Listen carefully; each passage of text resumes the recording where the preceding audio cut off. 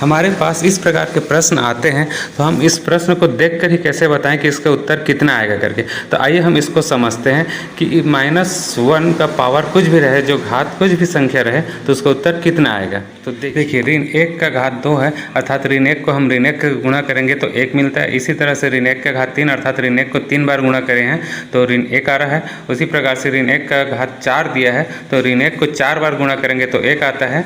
और ऋण 1 का घात 5 है तो ऋण 1 को हम 5 बार गुणा करेंगे तो ऋण 1 आएगा। ऋण 1 का घात 6 अर्थात ऋण 1 को हम 6 बार गुणा करते हैं तो 1 आता है। इसका मतलब ये हो गया कि ऋण 1 का घात यदि सम संख्या है, देखते जाते हैं 2 4 6, तो वहाँ पे हमारा उत्तर है वो धन 1 में आ रहा है। और ऋण 1 का घात यदि विषम संख्या है तो इसका उत्तर है वो ऋण 1 में आ रहा है। तो हम कह सकते हैं कि यदि ऋण 1 का घात यदि सम संख्या है तो उसका उत्तर है वो धनात्मक 1 में रहेगा। और यदि ऋण 1 का घात विषम संख्या है 1 3 5 7 इस तरह से, तो उसका उत्तर है वो ऋण 1 में आएगा। तो इस तरह से हम कह सकते हैं कि ऋण 1 का घात सम बराबर 1 आएगा और ऋण 1 के घात विषम संख्या है तो ऋण 1 आएगा।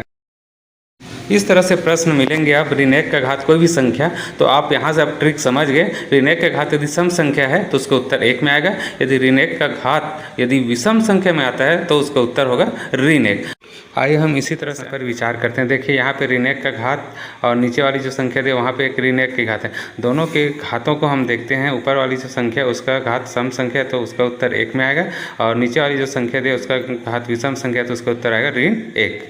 यहाँ पर भी इसी तरह से हम विचार करते हैं। देखिए ऋण 1 का घात यहाँ पे देखिए ऊपर वाले जो पहली संख्या थे उसमें सम संख्या है, इस कारण से 1 आएगा। और नीचे वाली जो संख्या है ऋण 1 का घात 15 दिया है विषम संख्या, इस कारण से इसका उत्तर आएगा ऋण।